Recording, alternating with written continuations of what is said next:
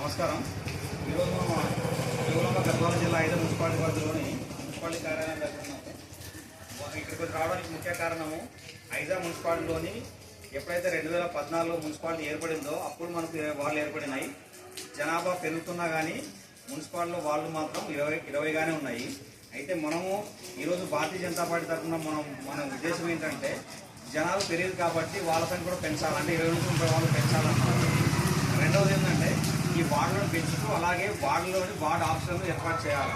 Ward ఆఫీసులు ఏర్పాటు చేయడం వల్ల మనకు కలిగే లాభాలు ఏంటంటే వార్డులో ఉన్న ప్రతి సమస్య అనేది అక్కడే మనము అంటే త్వరగా సమస్యను పరిష్కరించుకోవడానికి అవకాశం ఉంటుంది. కనుక వార్డులలో వార్డు ఆఫీసులు ఏర్పాటు చేయాలని చెప్పేసి మనం కమిషనర్ గారితో మాట్లాడడం జరిగింది.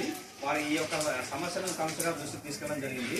కాబట్టి దీన్ని ప్రభుత్వం కూడా దీనిపైన ప్రత్యేక చొరవ చూపి తెలంగాణలో మున్సిపాలిటీలో ఉన్నటువంటి వార్డు ఆఫీసులు ఏర్పాటు చేసినట్లయితే అక్కడ ఉన్నటువంటి పారిశుద్ధ్యం కానివ్వండి, నందవనం కానివ్వండి, ఇతరేతర మహిళా సంఘాల బలోపేతం చేయడంలో విషయంలో కానివ్వండి, ఇట్లాంటి ఇప్పుడు ఏదైనా డ్రైనేజ్ సమస్యలు కానివ్వండి, అక్కడక్కడ ముళ్ళ సంపద సమస్యలు కానివ్వండి అంటే వార్డు ఆఫీసర్ దృష్టికి తీసుకెళ్ళడం వల్ల అదేమంటే ప్రతి సమస్యను మున్సిపాలిటీ తీసుకోవాల్సిన అవసరం ఉండదు.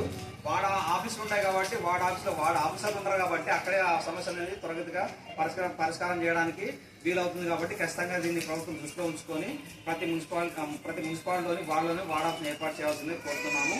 భారత్ మాతా కీ జై.